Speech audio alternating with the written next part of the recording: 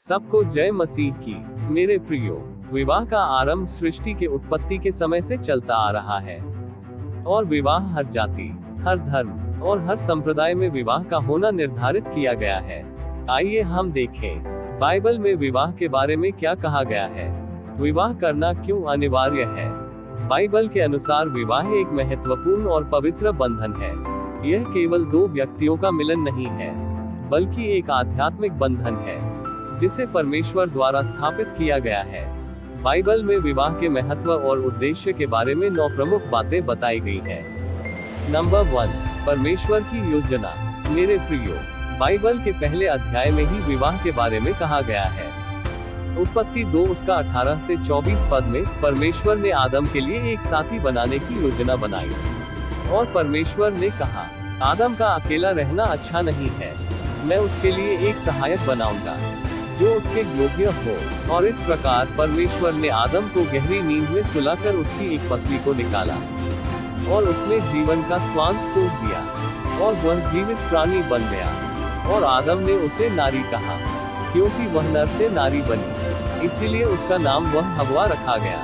और दोनों एक दूसरे के लिए जीवन साथी बन गए। यह बात स्पष्ट करता है कि विवाह परमेश्वर की मूल योजना का एक हिस्सा था।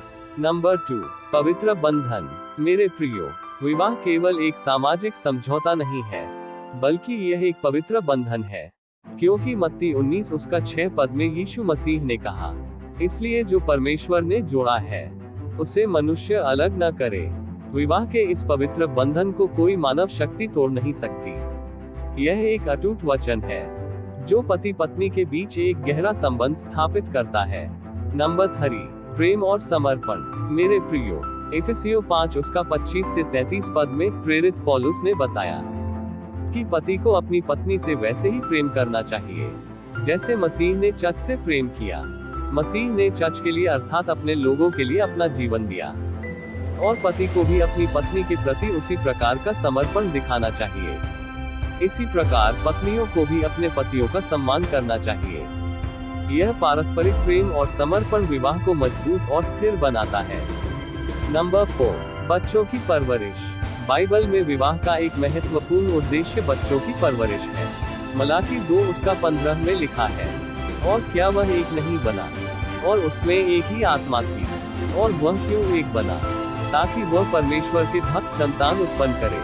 विवाह का उद्देश्य परमेश्वर के मार्गदर्शन में बच्चों का पालन पोषण करना है, ताकि वे भी परमेश्वर की इच्छा पूरी कर सके। नंबर 5, नैतिकता और शुद्धता।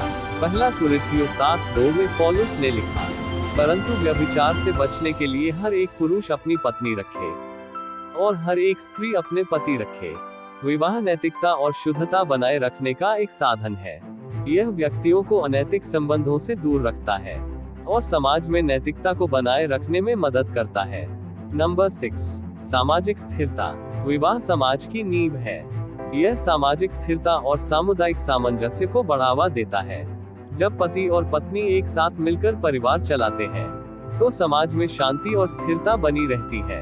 यह समाज के प्रत्येक सदस्य के लिए एक सुरक्षित और समर्थनपूर्ण वातावरण प्रदान करता है। नंबर 7, आत्मिक विकास। विवाह एक व्यक्ति के आत्मिक विकास का भी एक माध्यम है। यह व्यक्ति को धैर्य, सहनशीलता और परिपक्वता सिखाता है। पति और पत्नी एक दूसरे की कमजोरियों और त्रुटियों को सहन करते हुए एक दूसरे को आत्मिक रूप से विकसित होने में मदद करते हैं। यह एक यात्रा है जो दोनों को परमेश्वर के निकट ले जाती है। नंबर 8, सहयोग और सहभागिता। विवाह में पति और पत्नी एक दूसरे के सहयोगी होते हैं। उत्पत्ति 2:18 में परमेश्वर ने हव्वा को आदम का सहायक बनाया। यह सहायक केवल घरेलू कार्यों तक सीमित नहीं है, बल्कि यह जीवन की सभी चुनौतियों में एक दूसरे का समर्थन करने का प्रतीक है। यह सहभागिता जीवन को सरल और समृद्ध बनाती है। नंबर 9, प्रेम की परिपूर्णता। विवाह में प्रेम की एक विशेष परिपूर्णता होती है। पहला कुरिन्थियों 13 उसका 4 से 7 पद में प्रेम के गुणों का वर्णन किया गया है। प्रेम धीरजवंत है, प्रेम कृपालु है, प्रेम ईर्ष्या नहीं करता, प्रेम दीन नहीं मारता, फूलता नहीं है, अशिष्टता नहीं करता, अपनी भलाई नहीं चाहता, क्रोध नहीं करता, बुराई का लेखा नहीं रखता, अधर्म से आनंदित नहीं होता, परंतु सत्य के साथ आनंदित होता है। सब कुछ सहता है, सब कुछ विश्वास करता है, सब कुछ आशा करता है, सब कुछ सहता है। यह प्रेम विवाह में परिपूर्ण होता है और पति पत्नी को जीवन में हर परिस्थिति का सामना करने की ताकत देता है।